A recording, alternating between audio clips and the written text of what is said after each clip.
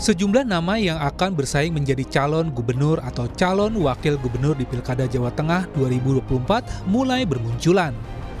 Mayoritas nama-nama tersebut belum pernah berkontestasi di Pilgub Jawa Tengah. Di antaranya ada nama mantan Wali Kota Semarang, sekaligus Kepala Lembaga Kebijakan Pengadaan Barang atau Jasa Pemerintahan atau LKPP Hendar Prihadi. Hendar Prihadi mengambil formulir pendaftaran sebagai bakal calon gubernur Jawa Tengah dari PDI Perjuangan. Saya mewakili beliau mengambil formulir pendaftaran, tapi arahannya kami baru diminta untuk mewakilkan mengambil formulir aja, jadi terkait pengembalian dan seterusnya kami belum ada arahan. Sebagai gubernur ya. Bupati Klaten Sri Mulyani juga turut meramaikan bursa Pilgub Jawa Tengah.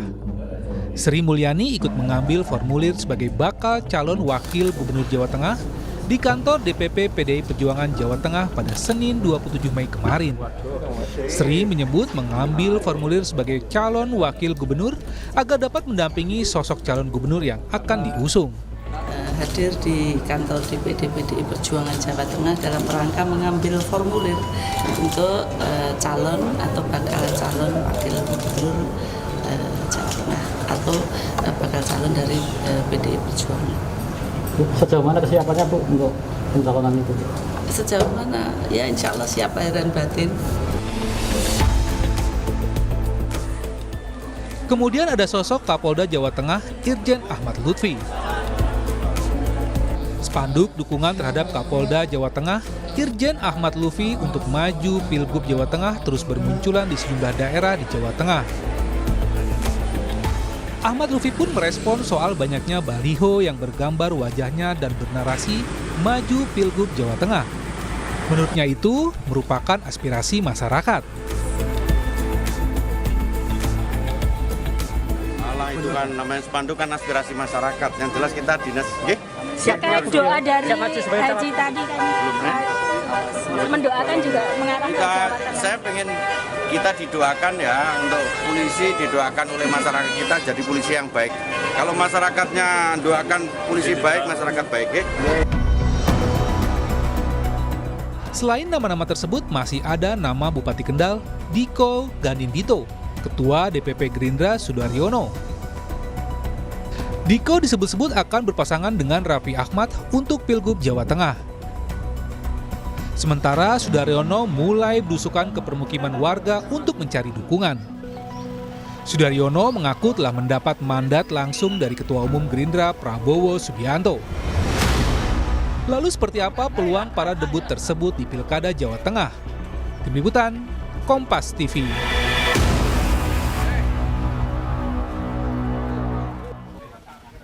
Saudara, sejumlah nama yang akan bersaing menjadi calon gubernur ataupun calon wakil gubernur di Pilkada Jawa Tengah 2024 mulai bermunculan. Mulai dari nama Bupati Kendal Diko Ganinduto, kemudian juga ada nama Kapolda Jawa Tengah Irjen Ahmad Lutfi. Mayoritas nama-nama tersebut belum pernah berkontestasi di pemilihan gubernur Jawa Tengah. Lalu seberapa besar kans mereka bersaing di Pilkada Jawa Tengah? Kita akan bahas bersama dengan Direktur Parameter Politik Indonesia, ada Mas Adi Praitno. Halo, selamat sore Mas Adi. Hasil survei lembaga Anda yang paling terakhir ini cukup mengejutkan ya, 6 nama, terutama top 3-nya justru tidak ada nama Diko Ganinduto posisi nomor 3 justru yang mengagetkan. Ini sebenarnya mengejutkan atau tidak? Ada nama Tasya Sin justru di posisi paling atas, 52,1%. Apa yang bisa kita baca dari hasil survei ini? Ya kan sebenarnya dalam simulasi ini ada yang disebut dengan top of mind dan pertanyaan tertutup. Dalam simulasi top of mind itu biasanya kita tanya kepada responden, Bapak Ibu, kalau pemilihan gubernur hari ini itu dilakukan, kira-kira siapa yang akan dipilih? Nah, respondennya itu tanpa alat bantu, mereka secara spontan menyebut kira-kira siapa yang ada dalam benak mereka itu yang kemudian akan dipilih. Maka muncul secara spontan di situ kan ada nama Taji Yassin, ada kemudian Gus Yusuf, ada kemudian nama Hendi, dan ada nama Diko, dan seterusnya dan seterusnya. Namanya top of mind kan begitu banyak nama-nama yang muncul. Bahkan di situ ada nama Raffi Ahmad, ada nama-nama yang selama ini misalnya tidak pernah disebutkan oleh publik. Nah, kalau seperti yang ditampilkan oleh Kompas TV ini adalah simulasi tiga nama. Tiga nama itu adalah ketika Taji Yasin kita persepsikan tidak maju. Karena posisinya hari ini Taji Yasin tidak punya partai, yang kedua sudah terpilih sebagai ketua DPD. Maka kita coba simulasikan tiga nama besar yang dalam survei itu muncul relatif signifikan, misalnya di situ ada Hendy, ada Gus Yassin sama Diko. Inilah angka-angka yang muncul, Mbak. Oleh karena itu tidak mengherankan kalau kemudian misalnya di survei itu ada nama Diko masuk dalam tiga besar. Kalau ada Taji Yasin, Diko masuk dalam empat besar. Tapi secara umum yang ingin saya katakan adalah dari data-data survei yang kita sampaikan hari ini, itu tidak ada calon yang kuat secara signifikan elektabilitasnya sebagai bekal untuk memenangkan pertarungan di pilkada ya di Jawa Tengah. Bahkan dari segi popularitas, Taji Yasin pun itu cuma 52%. Kemudian Hendy misalnya itu baru sebatas 40%, Diko 38% dan seterusnya. Padahal secara psikologi politik kalau mau bertarung dalam pilgub misalnya popularitasnya minimal 75%. Itu yang saya sebut pertarungan di Jawa Tengah menarik karena petahana. Pada level elektabilitas saya kira angka-angkanya juga tidak ada yang terlampau signifikan. Kalau menyertakan ada Gus Yassin, maka ada nama empat besar ya menurut saya. Ada Gus Yassin, kemudian ada Gus Yusuf, ada Hendy, dan ada nama Diko. Itu empat nama. Kalau Gus Yassinnya dihilangkan dengan asumsi misalnya tidak maju karena lebih memilih sebagai senator, terpilih sebagai DPD di 2024, yang masuk jadi tiga besar itu adalah ya Gus Yusuf, kemudian Hendy, dan Diko. Tapi Mbak, selisih elektabilitas tiga calon itu tidak terlampau jauh. Ya, itu masih dalam rentan margin of error. Artinya apa? Tidak bisa disebut siapa yang unggul dan siapa yang kalah. Karena batas selisihnya itu dalam rentang margin of error yang sebenarnya dalam realitasnya satu sama yang lain itu saling imbang. Oleh karena itu dalam survei tadi kita sebutkan, Pilkada Jawa Tengah mungkin menjadi salah satu provinsi yang dengan jumlah penduduk terbanyak ya. Jawa Timur dan Jawa Barat yang menarik. Pertama, tidak ada petahana, calon-calon yang muncul itu tidak ada yang menjulang secara signifikan. Makanya nama-nama seperti Gus Yassin, Gus Yusuf, ada Hendy, kemudian ada Diko, ada kemudian Kapolda ya Ahmad Lutfi, di situ ada Jekek, di situ juga ada Sudaryono dan seterusnya. Level elektabilitasnya tidak ada terlampau yang mencolok. Tapi kalau kita ranking misalnya empat besar, tiga besar sudah mulai mengerucut. Empat besar itu ada Taji Yasin, kemudian Gus Yusuf, ada Hendy, ada Diko. Kalau kemudian Gus Yassinnya dihilangkan, maka ada tiga nama besar. Di situ ada Gus Yusuf, ada kemudian Hendy, dan ada nama Diko. Saya menduga Diko ini variabelnya dua ya. Pertama, karena dia adalah salah satu pemimpin yang dinilai muda, pendatang baru, dan yang paling penting Mbak, ketika survei yang kita lakukan beberapa hari yang lalu, itu saat ramai orang bicara Diko duet dengan Raffi Ahmad.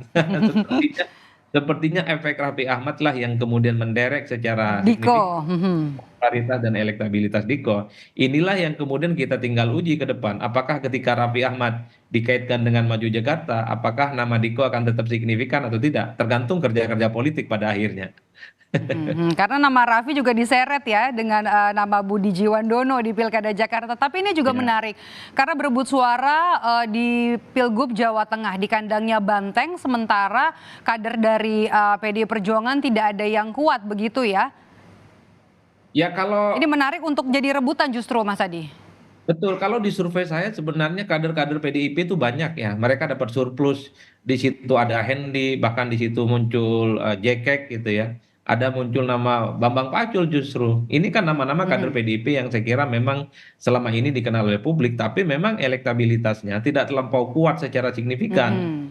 Bahkan kalau kita melihat angka per hari ini ya Gus Yassin paling kuat, disusul sama Gus Yusuf, Hendy, baru Diko. Itu artinya apa? Ini tentu akan menjadi pertarungan betul bagi PDIP yang selama ini dianggap sebagai markasnya Banteng di Jawa Tengah.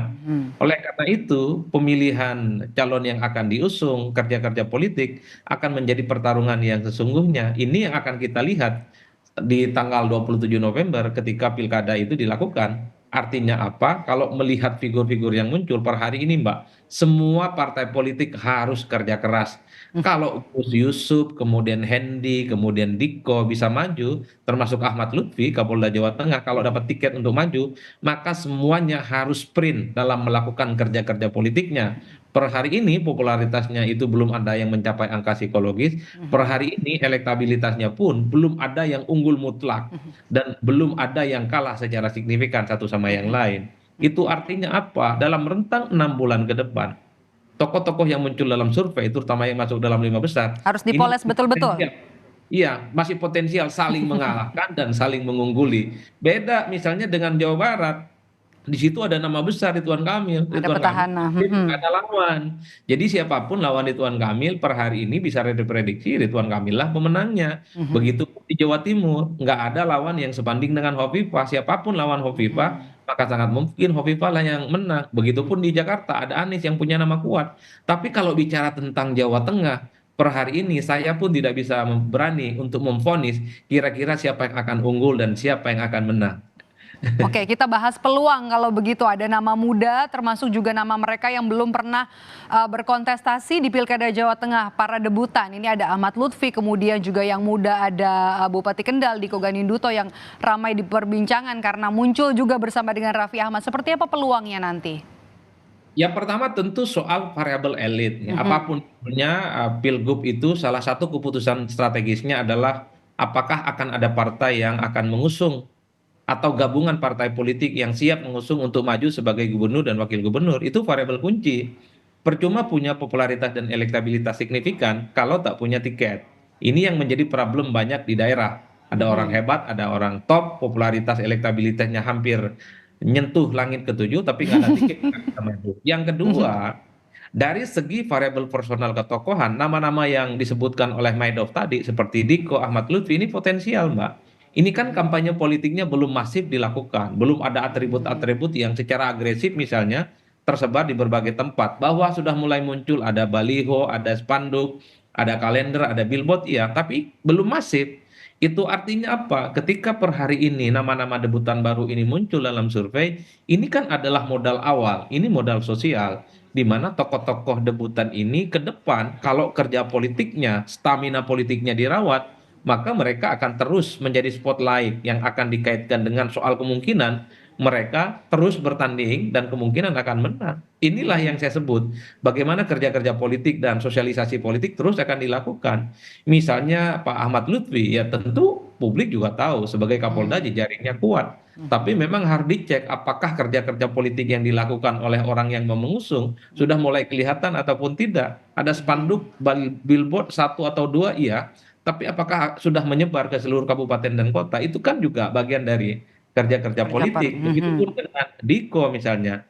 Diko ya kalau dilihat aksentuasinya kan sudah lama dikenal oleh publik ya. Sekalipun hanya sebatas Bupati Kendal. Tapi kan kiprahnya sebagai duta UMKM misalnya sudah mulai. Billboardnya ada di mana-mana. Apalagi ditambah terus muncul dengan Raffi Ahmad. Ini kan lidah elektoralnya ada Raffi, secara perlahan Diko pun juga muncul. Tantangan Diko tentu setelah Raffi Ahmad dikaitkan dengan Jakarta. Bisa tidak Diko ini akan terus kuat, terus establish, stamina politiknya akan dia ingat oleh warga Jawa Tengah sebagai orang yang potensial maju. Begitu pun dengan Hendi. Apapun Hendi ini adalah kader PDIP ya, yang menurut saya punya basis yang cukup kuat. Kan tinggal dikonversi, apakah basis merah PDIP selama ini akan tegak lurus, kuat untuk memenangkan Hendi, atau justru akan terbalap oleh yang lainnya, nah, termasuk Gus Yusuf sebagai ketua DPD PKB Jawa Tengah ya, saya kira bisa mengkapitalisasi resource-nya sebagai tokoh NU kan. Inilah yang saya sebutkan bagaimana sangat tergantung kerja politik dan dukungan partai. Tanpa itu semua siapapun sulit bagi saya untuk bisa memenangkan pertarungan.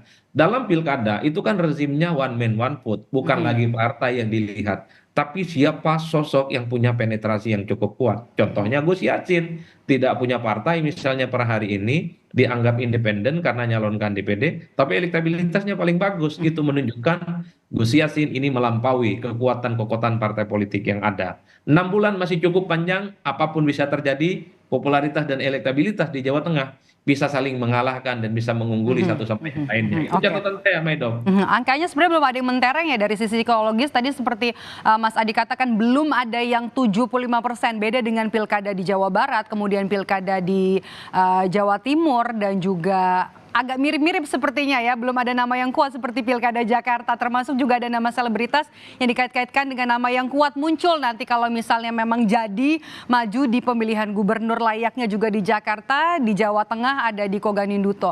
Nah dari nama-nama ini sebenarnya ada Tas Yassin, kemudian juga ada Gus Yusuf, kemudian juga ada Mas Hendy, ada Bambang Pacul, ada Mas Diko dan juga Ahmad Lutfi. Sebenarnya PR-nya bakal seperti apa sih dalam waktu 6 bulan harus serta-merta dipoles sedemikian rupa agar elektabilitasnya langsung melejit? Haruskah juga dengan bantuan dari partai politik atau seperti apa catatan Anda, Mas Adi? Kalau per hari ini saya kira semua partai politik membiarkan seluruh kader internalnya untuk melakukan kerja-kerja politik. Hanya di PDIP itu kan banyak muncul, ada Jekek, ada Bambang Pacul, ada Hendy, tadi ada Sri Mulyani misalnya. Itu pasti disuruh bekerja oleh partainya secara personal tentu saja, tanpa bantuan partai. At the end of the day-nya, partai akan memutuskan kira-kira siapa yang paling layak untuk diusung dari PDIP. Begitupun di Golkar, Diko adalah salah satu yang menjulang, menonjol namanya.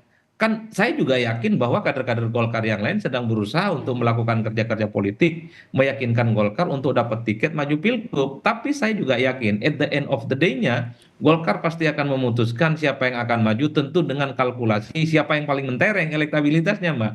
PKB per hari ini yang muncul namanya cuma Gus Yusuf. Begitupun dengan Tas Yassin ya per hari ini tidak punya partai. Dulu memang P3, tapi setelah dengan hari ini memilih DPD dan P3 misalnya nggak lolos ke parlemen, itu tentu juga menjadi variabel kunci di mana kerja-kerja politik para calon ini akan berpengaruh. Tapi overall per hari ini yang saya yakini setiap calon itu bekerja secara perseorangan. Mereka itu bekerja dengan tim suksesnya masing-masing, mereka itu bekerja dengan basis massa yang mereka konsolidasikan sudah lama. Pertama, mereka harus meyakinkan partai politik supaya mendapatkan tiket. Yang kedua, mereka terus meyakinkan pemilih di Jawa Tengah bahwa dirinya lah yang paling layak untuk dipilih. Tapi saya menggarisbawahi, seperti yang Maidov tadi saya kutip, ada dua debutan yang menurut saya menarik disebut ya. Kalau Hendy, kemudian Gus Yassin, kemudian Gus Yusuf, ini kan memang sering disebut untuk kemungkinan maju di Jawa Tengah. Nama Diko yang dari Bupati Kendal belakangan kan mulai santer. Ya tentu tidak terlepas dari kampanye dan sosialisasi politik yang bersamaan dengan Raffi Ahmad. Makanya survei kami muncul secara signifikan. Masuk 4 besar dan masuk 3 besar. Begitupun dengan Kapolda Jawa Tengah, Lutfi, Ahmad Lutfi, itu muncul secara signifikan. Karena baliho dan billboardnya sudah muncul di mana-mana, Mbak. Termasuk relawan-relawan yang sudah mulai mensosialisasikan. Dua orang ini potensial menjadi debutan. Dua orang ini potensial memberikan kejutan. Oleh karena itu bagi saya tinggal kita cek. Nanti di bulan Agustus ini adalah pendaftaran. Kira-kira siapa yang dapat tiket plus elektabilitas dan popularitasnya terus meroket. Tanpa itu semua ya saya kira siapapun yang bertanding sulit untuk menang di Jawa Tengah. Per hari ini pertarungan di Jawa Tengah masih datar. Per hari ini siapapun yang bertanding di Jawa Tengah masih mungkin untuk memenangkan pertarungan secara signifikan. Di kandang banteng. Baik, kita tunggu nanti siapa yang paling jago untuk berada atau mendapatkan elektabilitas paling tinggi untuk mendapatkan tiket juga untuk bisa menjadi melenggang maju di pemilihan gubernur Jawa Tengah. Terima kasih Direktur Eksekutif Parameter Politik Indonesia Mas Adi Praitno sudah bergabung bersama kami di Rumah Pemilu. Sehat selalu Mas Adi.